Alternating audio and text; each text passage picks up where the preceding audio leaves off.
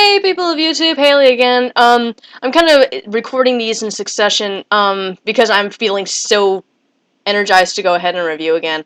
Okay, just recently, before I ended up seeing How to Train Your Dragon 2, which I'll go ahead and I've probably already have uploaded, I saw Maleficent, and I figured, you know what? I just saw it, it's fresh in my head, I'll go ahead and review that.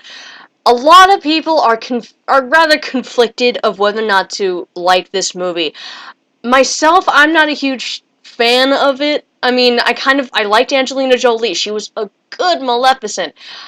But I found myself drawing parallels to Sleeping Beauty, and nothing matched up at all. So, that kind of bothers me, but I know that what they were trying to do was go off in their own direction. As a standalone movie, if Sleeping Beauty didn't happen, I would love this movie to death. The animation, like, the freaking CGI was so cool. And everything was just really, really cool about it. The set design was amazing, and Angelina Jolie was very, very good as Maleficent, as in playing that rather I can kick your ass if I felt like it type character, and it was really amazing. It's a good side to her. Um, she did have some of those amazing quote-unquote poetic villain lines that she, obviously had in the trailers and everything. But other than that, there was a lot less than I expected. It wasn't like it was underwhelming. I kind of got over that rather quickly. But it was more or less the fact that as the movie progressed, it sort of kind of went quiet in a lot more places than I expected. And honestly, I'm gonna be completely and totally serious here. I hated the three fairies. They killed me. I mean, okay, one is played by the lady who frickin' played Professor Umbridge from Harry Potter. I could not get past that. And they changed the names. Why would you change the names? There's no point to that. There's no point to changing the names at all. I mean, the Blue Fairy's not even Merryweather or anything of that nature, and, and they switched the order, and who gave what gift. The only one who probably got the right gift was probably the Umbridge Fairy, who, and I'm gonna call her that, I don't flipping care. And she ended up giving the correct gift, but what ended up happening is that in Sleeping Beauty, and I know I'm drawing parallels again, but there's no reason to change this when it did match up, when everything matched up perfectly fine. The Blue Fairy was supposed to go last. Merryweather was supposed to go last. And the Green Fairy was supposed to give, I believe, the gift of song. Because the Umbridge Fairy was supposed to be the gift of beauty, and which she did get. And then it's the gift of song, and then the last one was supposed to be, technically a gift of whatever, and then she's interrupted. Technically, in this one, the Green Fairy's the one who's giving that last gift, but it gets interrupted, and it gets end up changed, into this weird thing where technically the Green Fairy never gives her gift, and Maleficent's the one who changes her mind about the extent of the curse. It's so weird. It makes no sense whatsoever. I mean, I guess it's the whole, she felt guilty because an innocent child is being put in the way of what, Philip did. Not Philip, what's his face? I don't even remember his name because he was such a dick. The king, whatever he did to her. And obviously, as you could tell, this will be spoilers and everything, so I'll have that in the titles. Most of these will be spoilers. Most of my videos will not be spoilers. By the fact that, he took her wings and everything like that, so she's taking revenge on him by cursing his child. But maybe she just finds that it's not like the child is the one at fault here. She's punishing the king, and it just so happens that the child is a good way of doing that, so she's not going to be, one of those malicious people where it's like, I'm going to kill your kid. But, all said and done, she ends up changing it to where it's like, she'll wake a true love's kiss. But see, the funny thing is, she changes everything for just on the dime because the fact that the king, gets on his knees and begs, and it's like, I know that that's humiliating, and that's teaching him a lesson. That's no reason or to change your motives. I mean, if you would have said it because it was the child that you did it, then I would understand. But if you're changing it just because of the fact that he humiliated himself, then that doesn't really necessarily make your revenge justified and work. So, whatever. I mean, it is what it is. Sorry, I have a serious sniffle case here. My allergies are killing me, and it's freaking June.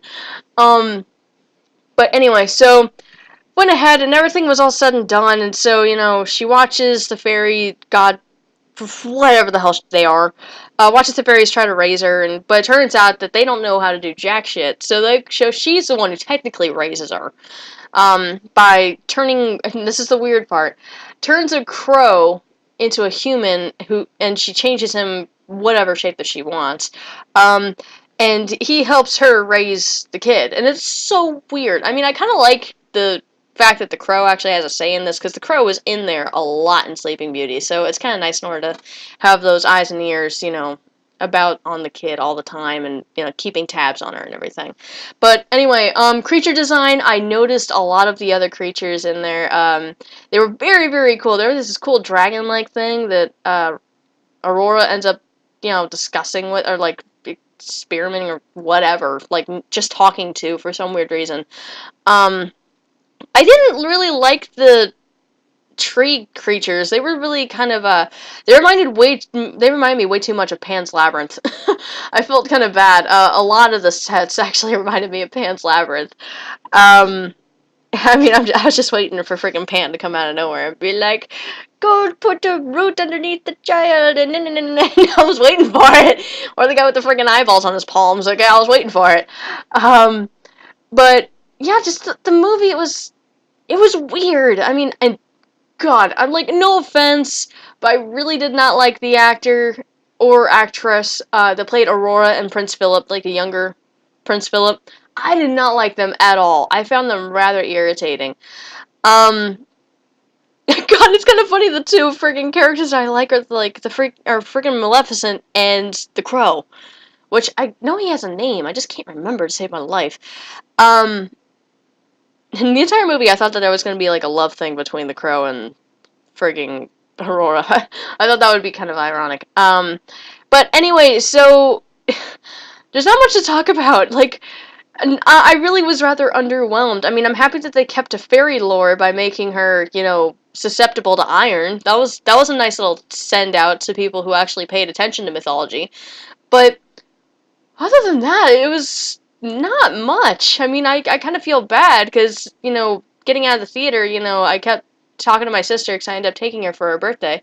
I kind of felt bad because I was rather underwhelmed by it. I just did not go crazy for it as much as I was hoping. In fact, I think I was more enthusiastic about How to Train Your Dragon than I was about Maleficent.